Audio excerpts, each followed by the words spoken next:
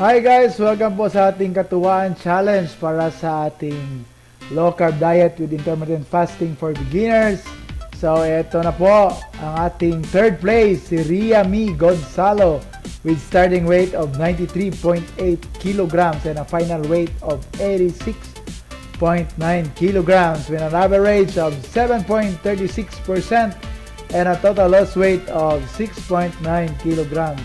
Tingnan naman si Ma'am Ria Mi, talagang lumiit yung tiyan niya.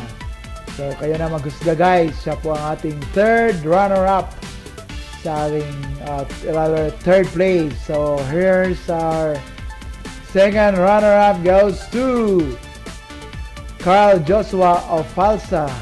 Yan, tingnan nyo naman, lumiit talaga yung tiyan ni Falsa, ni Carl Joshua. Starting weight of 103 kilograms, 0.5 kilograms, and a 95.1 kilograms final weight with an average of 8.12% and a total loss weight of 8.4 kilograms. Tingnan nyo naman si Sir Carl Joshua.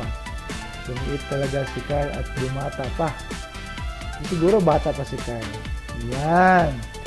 So ang ating champion kasi napili po nila ay winner takes all. Walang iba si JB Parani.